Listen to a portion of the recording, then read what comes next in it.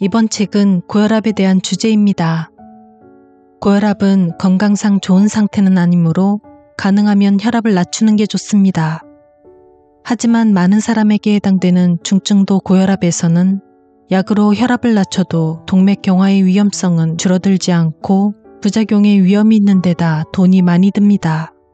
심근경색을 예방하기 위해 약을 먹었지만 약 때문에 오히려 심근경색이 발병했다든가 혈압이 조금 높을 뿐인데 약을 먹어서 당뇨병이 발생한 경우는 많은 사람의 데이터를 통해 알 수 있습니다. 책을 읽고 난 뒤에는 약을 먹는 것보다 생활 습관을 고치는 편이 효과적이고 경제적이라는 것을 알게 될 것입니다. 안녕하세요. 책 읽는 여우입니다. 오늘 소개해드릴 책은 최신 의학 데이터로 알게 된 약 저염에 의존하지 않고 혈압을 낮추는 방법입니다. 고혈압의 배경에는 자신이 책임질 수 있는 비만, 담배, 고혈당 등과 같은 요인도 있지만 대기오염이나 소음, 전자파와 같은 자신이 해결할 수 없는 측면도 있습니다. 이 책은 크게 다음과 같은 세 가지 주제를 다루고 있는데요. 약으로 혈압을 낮춰도 동맥경화 등의 병을 막지 못한다는 데이터, 동맥경화 등 혈관질환에 걸리는 진짜 이유, 약이 아닌 다른 해결법은 뭘까? 이 영상에서는 세 번째 주제인 혈압을 낮추기 위한 약이 아닌 다른 해결법을 중점적으로 다루었습니다. 읽다 보면 통계 수치 데이터가 참 많이 나옵니다. 일부는 화면의 표를 표시하기도 하고 일부는 수치 데이터를 제외하고 결론만 다룬 부분도 있는데요. 자세한 데이터가 궁금하신 분은 책을 구매해서 읽어보시는 것도 도움이 되실 듯 합니다. 그럼 혈압을 낮추는 방법 함께 들어보실까요? 고혈압과 약의 관계. 혈압약은 효과가 없다. 약을 먹고 혈압을 낮추면 사망률을 얼마나 줄이는 효과가 있는지 알아보겠습니다. 중증도 고혈압이면서 심혈관 관련 위험인자가 없는 사람이 약을 먹은 경우와 먹지 않은 경우에 사망률, 심혈관 질환, 심근경색, 뇌경색이 발생하는 비율에 대해 15년 동안 관찰한 연구가 있습니다. 인원수는 치료군과 비치료군 모두 19,143명입니다. 그런데 15년이 지난 뒤 어떻게 되었을까요? 총 사망자 수는 치료군이 860명, 비치료군이 781명으로 혈압약을 먹은 쪽의 사망자 수가 약 1.1배 많았습니다. 하지만 이 경우는 통계적으로 오차 범위 내이기 때문에 유의미한 차이는 없습니다. 다음으로 중증도 고혈압이면서 심혈관 질환이 발병한 경우를 보면 치료군이 718명, 비치료군이 700명입니다. 치료군, 즉 약을 먹은 쪽이 1.02배로 많은데 이 경우도 유의미한 차이는 없습니다. 가장 궁금한 것은 중증도 고혈압이면서 후에 심근경색이 발생한 경우입니다. 치료군이 276명, 비치료군이 279명으로 약을 먹은 쪽이 처음으로 적은 수치를 보였지만 이 경우도 유의미한 차이는 없습니다. 19,143명 중 겨우 이 수치일 뿐입니다. 고혈압을 방치하면 심근경색을 유발한다며 위협하지만 실제로는 이 정도의 빈도에 불과합니다. 그 다음 중증도 고혈압이면서 뇌졸중이 발병한 경우를 보겠습니다. 뇌졸중은 많은 사람이 두려워하는 질병으로 자식에게 짐이 되고 싶지 않아서라며 예방을 위해 약을 먹으려고 생각하는 사람도 많습니다. 치료군이 292명, 비치료군이 285명으로 이 또한 약으로 치료한 쪽이 뇌졸중 발생률이 더 높지만 이것도 유의미한 차이는 없습니다. 이 데이터를 통해 적어도 중증도 고혈압이면서 위험성이 낮은 사람은 예방 차원에서 약을 먹어도 효과가 없다는 것을 알 수 있습니다. 무서운 약의 부작용. 약의 효과에 대해서는 무의미하다고 할 수 있습니다. 다음은 약의 부작용에 대해 살펴보겠습니다. 저혈압이 발생한 경우는 치료군이 268명, 비치료군이 161명으로 유의미한 차이가 나왔습니다. 오차가 아니라 치료 효과가 있다는 뜻입니다. 실신한 경우도 치료군이 609명, 비치료군이 473명으로 치료군이 상당히 많습니다. 혈압약을 먹지 않으면 실신한다는 사람도 있지만 오히려 혈압약을 먹은 쪽이 실신하는 경우가 많았습니다. 그리고 급성 신장장애가 발생한 경우는 치료군이 194명, 비치료군이 144명으로 유의미한 차이가 있습니다. 흔히 신장을 보호하기 위해 혈압을 낮춰야 한다고 하지만 사실은 약을 먹으면 오히려 신장에 장애를 일으킨다는 뜻입니다. 앞에서 살펴본 것처럼 약을 먹어서 좋은 점은 없고 오히려 저혈압, 실신, 신장장애까지 발생하는 등 단점만 많다는 것을 알 수 있습니다. 매월 외래에 가서 진찰을 받고 처방전으로 돈이 지출되는데 이는 의료업계의 수익을 위해 헌신하는 것일 뿐입니다. 더욱이 중증도 고혈압 약은 부작용만 일으킬 뿐 심근경색이나 뇌경색 발생뿐만 아니라 사망자 수도 감소시키지 못합니다. 고혈압 약을 먹는 사람 중 많은 이들이 여기에 해당합니다. 고혈압이 두렵기는 하지만 약을 먹는다고 해서 두려움을 해소시켜주지는 않습니다. 약보다 중요한 생활습관 개선. 그래도 어쨌든 고혈압은 질병입니다. 앞서 경도부터 중증도 고혈압일 경우 약을 먹든 안 먹든 차이가 없다고 말했지만 방치하면 혈압이 높지 않은 사람에 비해서 사망률이 높아집니다.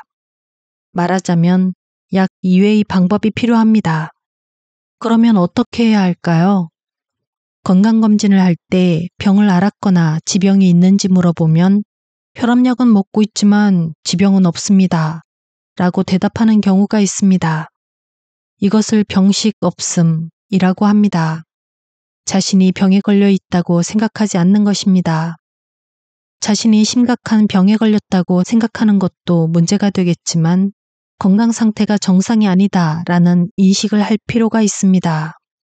자신의 병에 대한 자각 유무와 약을 먹는지 안 먹는지에 따라 혈압에 차이가 나는지 조사한 연구가 있습니다. 자신이 병에 걸려 있음을 아는데 약을 먹지 않은 경우 약을 먹은 사람보다 생활 습관이 개선되었고 혈압도 내려갔습니다. 약을 먹지 않았는데 오히려 혈압이 내려간 것입니다. 반대로 자신이 병에 걸려 있음을 아는데 약을 먹는 경우 생활 습관이 더 나빠졌습니다. 병에 걸렸지만 약을 먹으니 다 해결되었다고 생각한 것이죠. 용감하다고 해야 할지 모르겠지만 이런 식으로는 아무것도 해결할 수 없습니다. 이 말이 무슨 뜻일까요? 약을 먹든 안 먹든 병이 나을 확률은 변하지 않습니다. 하지만 생활습관 개선으로 혈압이 내려가면 심장혈관 질환, 뇌경색과 같은 순환기 질환의 위험성이 낮아집니다. 하지만 생활습관이 바뀌지 않으면 약을 먹어도 부작용의 위험만 떠안고 장점은 아무것도 없습니다. 그런데도 약값으로 매년 상당한 금액을 지불하는 것입니다. 혈압 조절 면에서도 약을 먹으면 오히려 나빠집니다. 물론 약을 먹으면서 동시에 생활 습관을 개선하면 혈압이 내려가서 약이 필요 없게 되는 사람도 많이 있습니다. 동맥경화의 위험이 높아질 정도로 악화된 상태라면 일시적이지만 약으로 혈압을 낮추는 것이 좋을 수도 있습니다. 예를 들면 평소 혈압이 160, 100 이상인데 당뇨병이 있거나 담배를 피우거나 고도 비만이거나 협심증을 일으킨 적이 있다면 위험성이 높기 때문에 생활 습관을 개선하면서 일시적으로 약을 사용해서 혈압을 낮추는 것이 바람직합니다. 뇌 심혈관 질환을 예방하는 음식과 생활 습관. 가장 중요한 감량과 식사 개선. 고혈압으로 생활 습관을 개선해야 한다면 어떻게 해야 할까요? 소금을 줄여라, 체중을 빼라, 운동을 해라, 담배를 피우지 마라, 술을 마시지 마라 등의 내용이겠죠. 지금부터는 다양한 데이터를 보면서 어떤 생활 습관이 위험을 낮추는지 알아보겠습니다. 영상 화면에서 보듯 혈압을 낮추기 위한 다양한 생활 습관을 비교한 표를 살펴보면 체중 감량이 가장 효과적입니다. 혈압이 높으면 흔히 의사에게 살을 빼라는 말을 듣습니다. 체중이 증가한다고 심장이 커질 리는 없기 때문에 비만이 되면 심장에 부담이 되어 고혈압이 되기 쉽습니다. 경우에 따라서는 동맥경화로 심장의 기능이 나빠지게 됩니다. 그런데 체중이 늘어난 만큼 순환시켜야 할 혈액량은 늘어납니다. 심장만이 혈액을 순환시키는 구조는 아니지만 순환시킬 혈액량이 늘어나면 심장에서 내보내는 압력이 높아집니다. 그래야 몸 구석구석까지 혈액을 보낼 수 있기 때문입니다. 따라서 체중이 증가하면 혈압은 쉽게 상승합니다. 그렇다면 체중 감량의 효과에 대해 살펴보겠습니다. 10kg을 감량하면 혈압이 5에서 20ml/Hg 내려갑니다. 대쉬 식단은 미국에서 만들어진 식사법으로 고혈압 개선을 목적으로 합니다.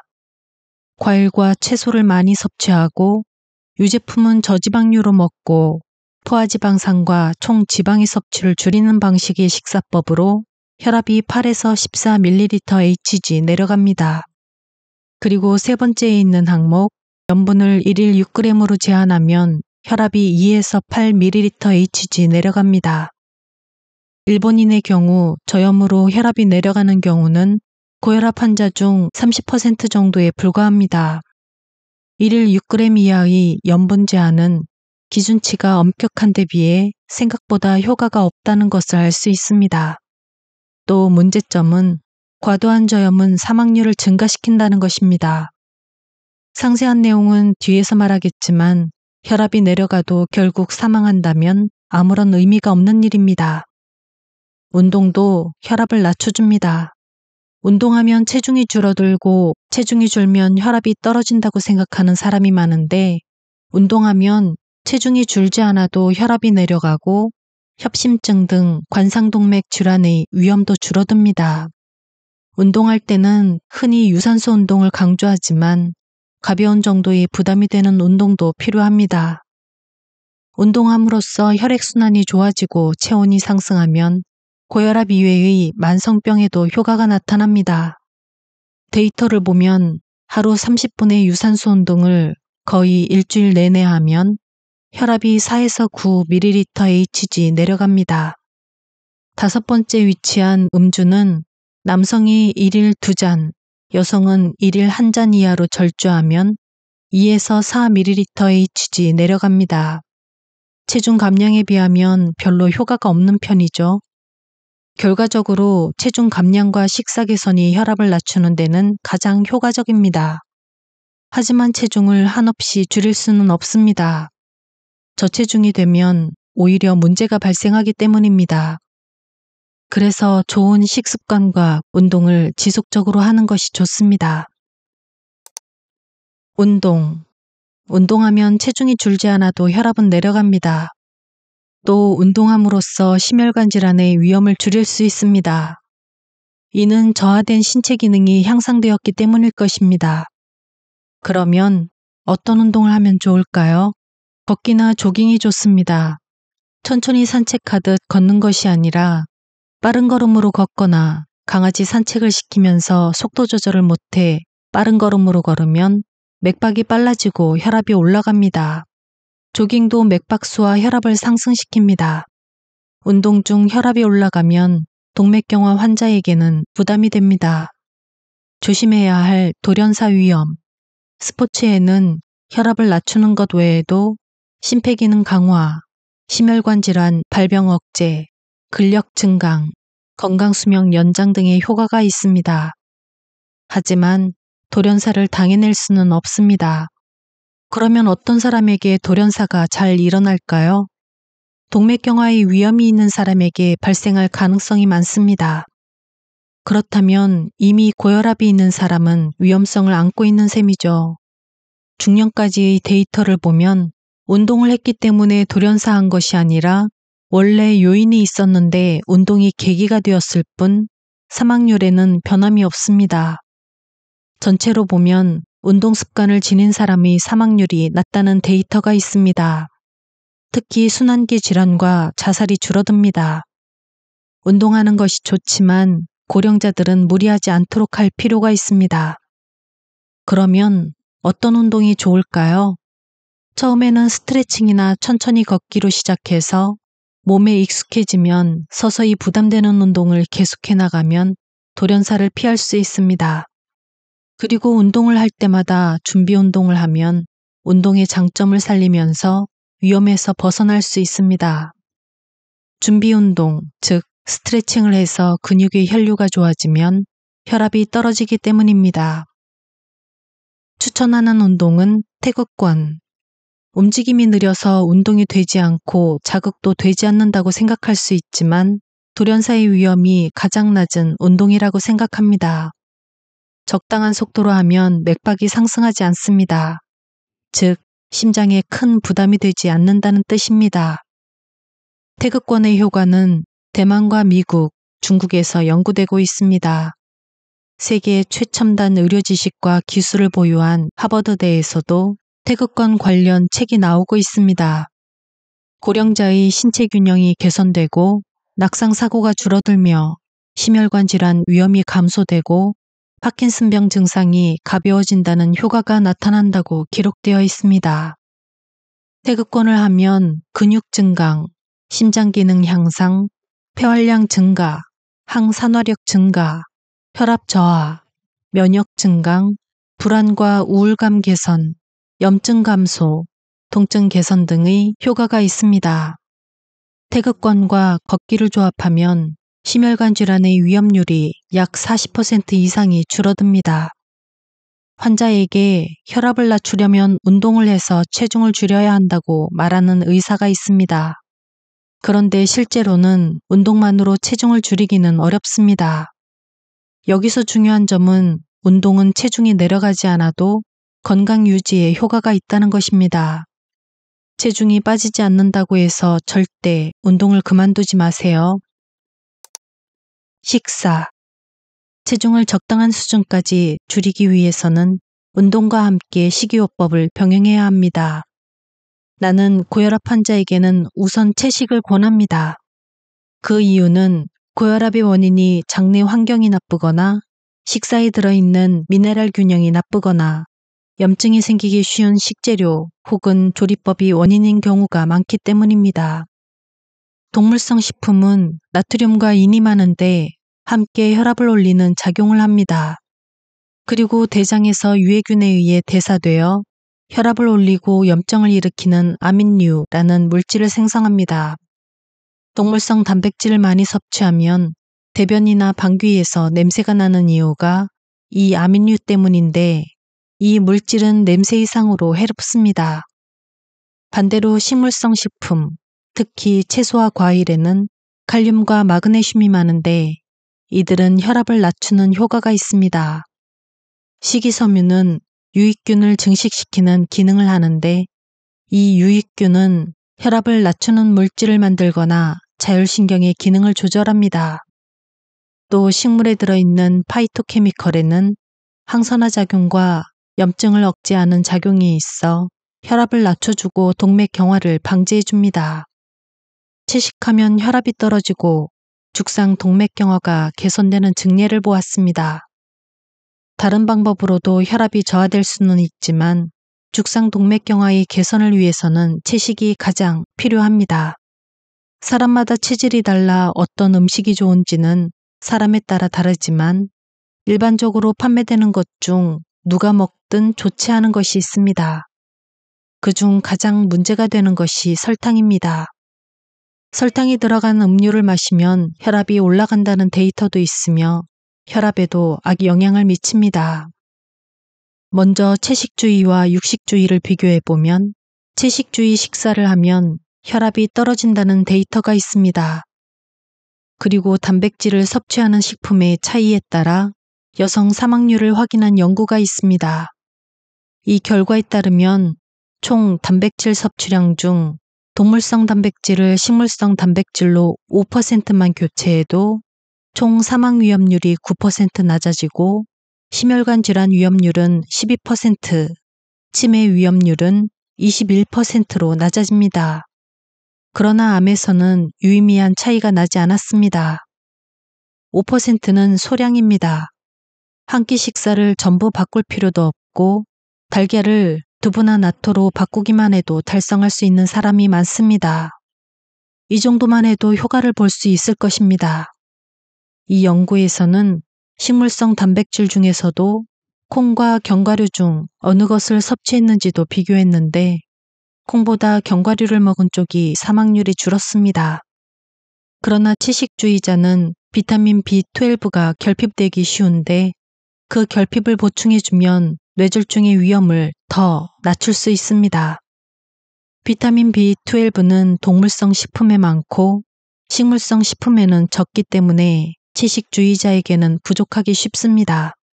그러나 파래, 구운 김, 바위김은 물론 신선초에도 포함되어 있기 때문에 구운 김을 하루 한 장 이상 먹으면 필요량을 섭취할 수 있습니다. 완전한 채식주의자가 아니면 조개류나 작은 생선에도 많이 들어있으므로 섭취하면 됩니다. 체내 염증을 막는 식사. 염증을 줄이기 위해서 필요한 것은 무엇일까요? 대부분의 잎채소와 과일에는 항염증 물질이 많이 들어있기 때문에 이런 식품들을 많이 섭취하는 것이 중요합니다. 반대로 염증을 유발하는 음식도 있습니다. 설탕과 과당, 포도당 액당, 정제된 탄수화물, 가공육, 식물성 기름의 대부분, 동물성 단백질, 정제된 곡물, 특히 밀입니다. 이런 종류들을 과식하면 동맥경화의 원인이 됩니다. 동물성 단백질의 섭취량을 줄이고 채소를 많이 섭취하면 동맥경화의 결과인 심근경색이나 뇌경색이 줄어듭니다. 저염은 일반적으로 알려진 것보다 의미가 없다. 흔히 저염을 많이 강조하는데 일반적인 저염으로 혈압이 떨어지는 경우는 전체의 20에서 30%에 불과합니다. 저염은 일반적으로 알려진 것만큼 혈압을 내리는 효과가 없습니다. 또한 극단적인 저염을 하는 것보다는 양질의 소금으로 바꿔보는 것도 중요한 방법이 됩니다. 현재 일반적으로 가장 많이 사용하는 소금은 정제염으로 불리는 염화나트륨입니다. 이는 혈관 수축 작용과 교감신경을 자극하므로 혈압을 상승시킵니다. 그러나 원래 사용되던 천연염에는 마그네슘이나 칼슘, 유황, 칼륨 등 혈압을 낮추는 작용을 하는 다양한 미네랄이 약 10% 정도 들어 있습니다. 본래의 소금은 혈압을 올리지 않는다고 합니다.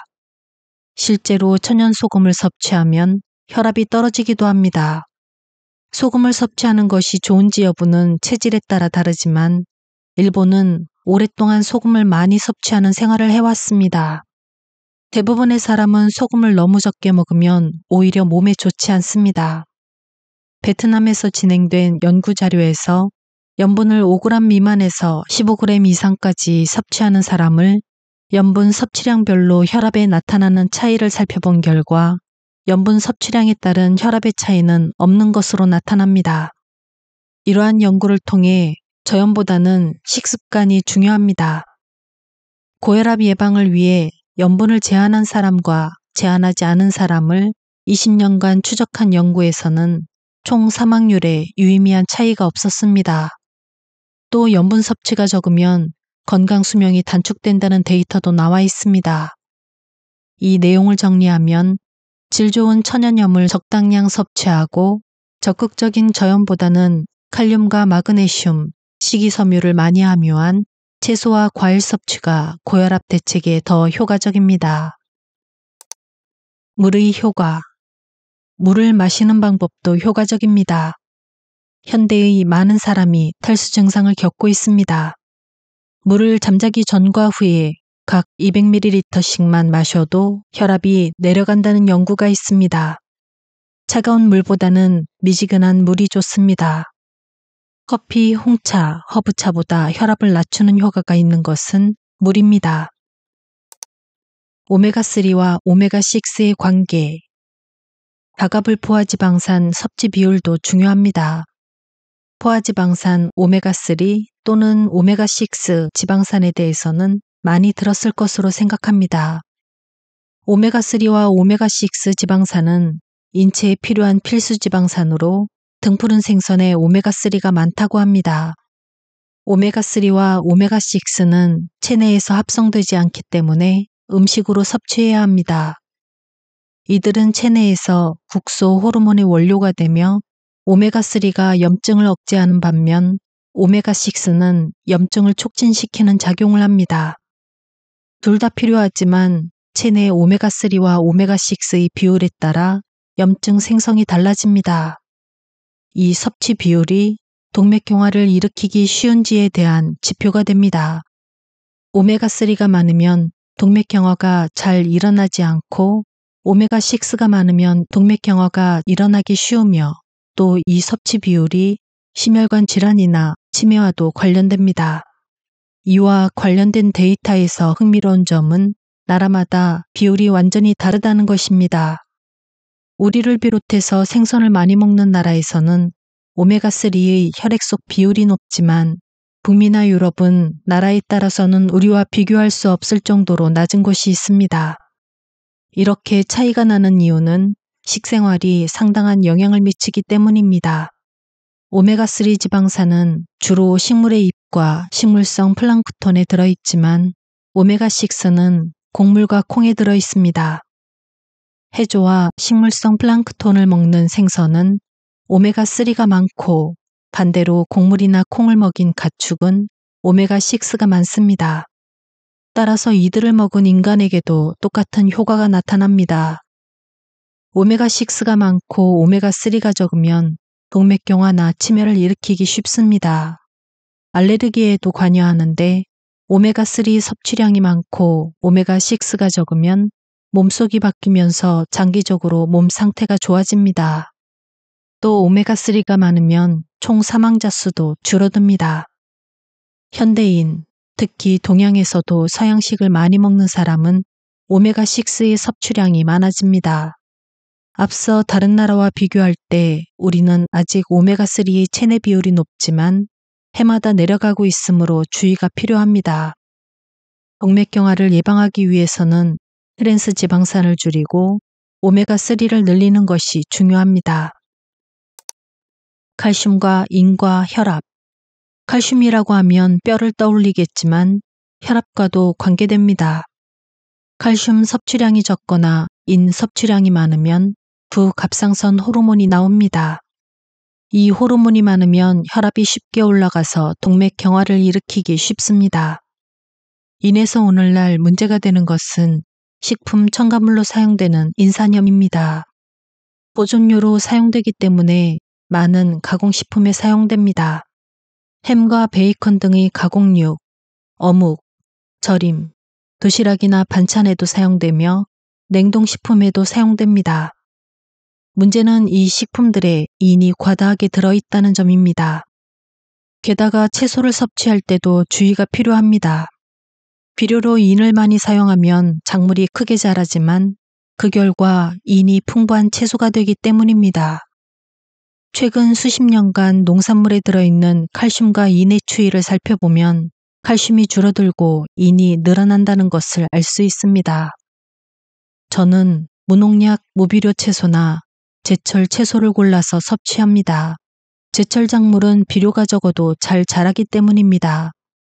채소를 먹으면 칼륨과 마그네슘을 풍부하게 섭취할 수 있는데 이 인과 칼슘의 문제도 있습니다. 무농약, 무비료 채소를 구하기 어려울 경우 가능한 한 제철 채소를 선택하면 동맥경화의 예방 및 개선에 더욱 도움이 됩니다. 혈압을 낮추기 위한 식생활 개선은 치매 위험도 줄인다. 향후 우리가 걱정하는 질병 중 하나는 치매입니다. 고혈압과 치매의 관련성을 살펴보면 중년기 고혈압은 미래의 치매 발병 위험을 증가시킨다고 하는데 고령자의 고혈압과 치매의 관련성은 명확하지 않고 혈압을 낮추면 오히려 인지 기능이 저하될 수 있다고도 합니다.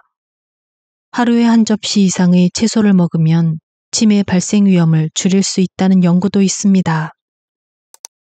장수 지역의 생활 습관, 블루존이라는 책은 세계 장수 지역에서 공통으로 발견할 수 있는 식사 및 생활 습관을 조사한 것입니다. 이 책에 따르면 100세 이상의 건강한 사람이 많이 사는 지역의 식사는 다음과 같은 공통점이 있다고 합니다. 1. 채소와 과일을 많이 먹는다. 2. 크지 않은 생선을 일주일에 여러 번 먹는다. 3. 정제되지 않은 곡물을 먹는다. 4. 표면이 고르지 않은 땅을 자주 걷는다. 혈압을 낮추는 식품. 혈압이나 동맥경화에 좋은 식품은 생활 습관을 개선해 나가면서 섭취하도록 권장합니다. 첫 번째, 파. 양파는 동맥경화에 효과적인 식품인데 대파에도 같은 효과가 있습니다. 생양파가 좋다고 하지만 가열에도 효과를 기대할 수 있습니다. 두 번째, 매실초. 매실초는 염분이 높다고 할 수도 있지만 의외로 혈압을 낮추는 효과가 있습니다. 매실장아찌도 마찬가지입니다. 실험실 결과로는 매실장아찌에 혈압을 상승시키는 호르몬 분비를 감소시키는 효과가 있다고 합니다. 또 매실장아찌에 들어있는 폴리페놀은 항산화 작용을 하기 때문에 동맥경화를 억제하는 데도 효과가 있습니다. 세 번째, 마늘. 마늘도 동맥경화를 억제하는 작용을 하고 면역력을 높이는 효과도 있습니다. 마늘과 양파의 공통점은 유황이 함유되어 있다는 것입니다. 그 외에도 알리신 등 다양한 유효 성분이 포함되어 있습니다. 유황이라고 하면 유황 온천의 냄새를 떠올리게 될 텐데요. 이 냄새는 황화수소라는 성분입니다. 마늘이나 양파를 먹으면 몸속에서 황화수소가 발생하는데 이 황화수소가 혈관을 확장시켜 혈압이 내려간다고 합니다. 제가 좋아하는 온천에 황화수소를 사용하는 곳이 있습니다.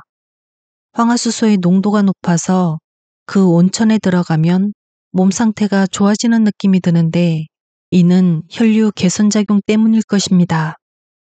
황화수소는 몸속에서 글루타티온이라는 항산화 효소를 증가시킵니다. 이런 작용은 마늘을 먹으면 얻을 수 있죠. 마늘은 그 외에도 여러 가지 작용을 합니다. 네 번째, 무. 무도 고칼륨 식품이므로 혈압을 낮추는 작용을 합니다. 혈압과는 관계가 없지만 무에는 여러 가지 소화 효소가 많아 소화를 도와주는 작용을 합니다. 튀김과 함께 먹는 경우가 있는데 소화를 도와주는 것 외에도 산화를 억제하는 작용을 하므로 조리 과정에서 산화된 기름의 나쁜 영향을 줄여줍니다. 튀김을 먹을 때는 무즙에 생강즙을 곁들이는 것이 좋습니다. 다섯 번째, 메밀. 메밀에는 루틴이라는 성분이 함유되어 있어 항산화 작용을 하고 혈압을 낮추는 작용도 합니다. 루틴은 장 점막을 튼튼하게 만들어주는 작용도 합니다. 여섯 번째, 나토. 나토도 혈압을 낮추는 작용을 합니다. 나토에 함유된 나토키나아제는 혈전을 용해하는 작용을 하며 나토에 많이 함유된 비타민 K에는 골다공증과 동맥경화를 막는 효과가 있습니다.